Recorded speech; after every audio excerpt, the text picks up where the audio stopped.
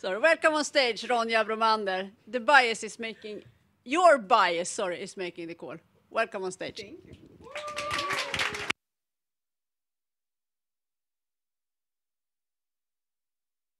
Alrighty. So, hands up if you've ever thought when recruiting a new team member that we want someone who goes well with our culture or we want someone who's a perfect fit with our team. Hands up. Yeah, I'm not the only one guilty of this. Came to the right room. Very nice. What we often mean is that we want someone who feels familiar, because what we're doing when going to recruit someone new, we're turning to the natural default of choosing someone who's feeling a bit more similar, someone who we go well with very well, get along with very well. And this is where our biases sneaks in. I would say that our biases are our default algorithms. They are our mental shortcuts, and they're there to help us to make decisions. And what are the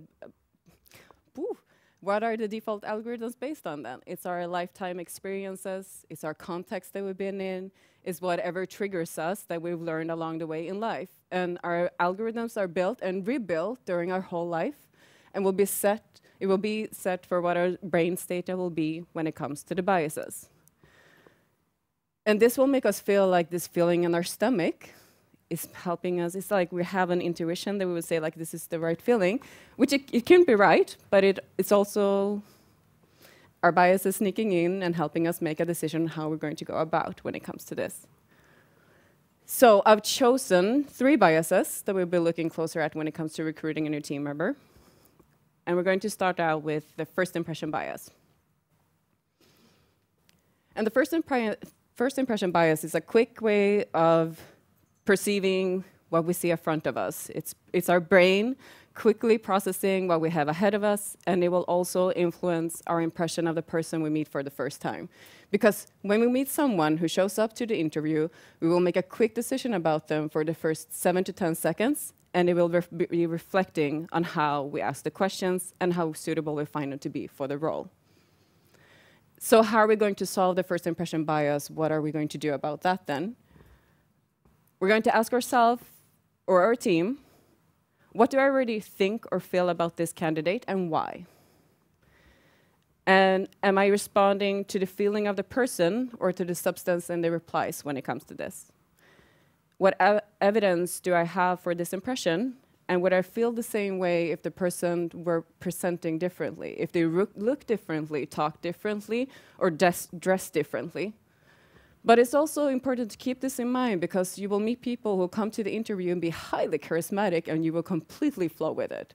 So, or you will meet the person who's maybe feeling a bit unapproachable or a bit more introverted when replying to replies. So in order to make the right decision for the candidate, make sure you keep yourself aware during the interview of what you're responding to. And now we're going to continue with similarity bias. So, similarity bias is us favoring people that reminds us of the team when it comes to the background, personality, communication style, hobbies, or whatever you might have. It's the feeling of familiar, because this gives us safety, and it also confirms our values and beliefs. A perfect example of similarity bias is finding someone and you say, oh, this is a perfect cultural fit, right? What we're doing then is we're choosing something we like rather than what we see that they add or complements the culture. So what are we going to do? We're going to ask ourselves or our team, if they're a part of the recruitment, what exactly makes this person a strong candidate? And what do you concretely like about them? And keep attention to the things that goes outside of the area of the preset competence or requirements or whatever you had set before going to the interview when it comes to this. And I would also say to let people of different perspective and communication style interview the same person. So I'll give you an example, because you can't give a talk like this and be on a very high horse. So an example when it comes to similarity bias was once that I was interviewing a person who on the paper was a perfect fit. Their resume looked nice, personality looked nice, perfect. And they came to the interview, and we got along very well. I saw that it's like nice way of looking at life. I like this communication style. It's very good, perfect. This will be a perfect cultural fit, right? And it's also highly subjective. So what I did was letting a colleague of mine interview the same person, and this colleague was coming from a complete this different perspective than I, because I was submitting to the similarity bias. Didn't mean that this person was a wrong candidate, just meaning that I was falling for it, and I knew. But I did not tell my colleague about what I thought about this person before they were going to interview them. And why is that?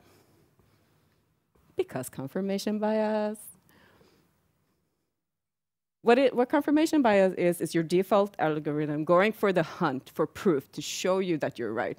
Whatever feeling you have about this person, whatever your colleague said about this person, I will find it and I will confirm that you're right or that I am.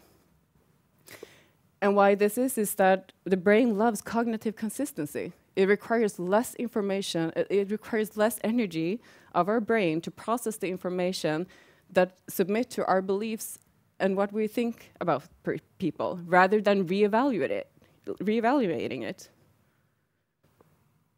So if I would have told my colleague, oh, this is a very nice candidate you have ahead of you, loving their style, very good way of communicating, perfect background, then my colleague who interviewed this person would have immediately gone to the same path of me wanting this candidate.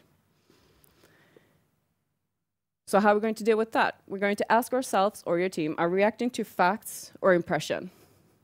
Have we heard something about this person that is shaping the way that we perceive them? Are we primed?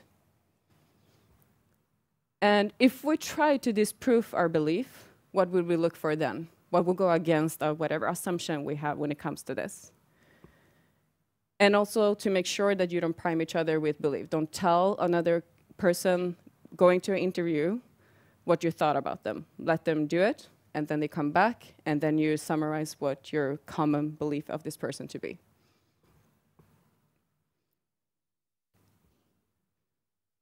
So, as I said previously, biases are our default algorithms. I chose 3 to talk about during this lightning talk, but we have plenty of more. And we're not going to be free from them, even if we tried our hardest. But what I want to achieve with this is making sure that we ask the right questions and we keep awareness for what we're choosing and why. And also choosing to ask them to ourselves and our team, not only to the person that we're interviewing, to make sure that we're making the right call, even if our biases will be first in doing so. Thank you.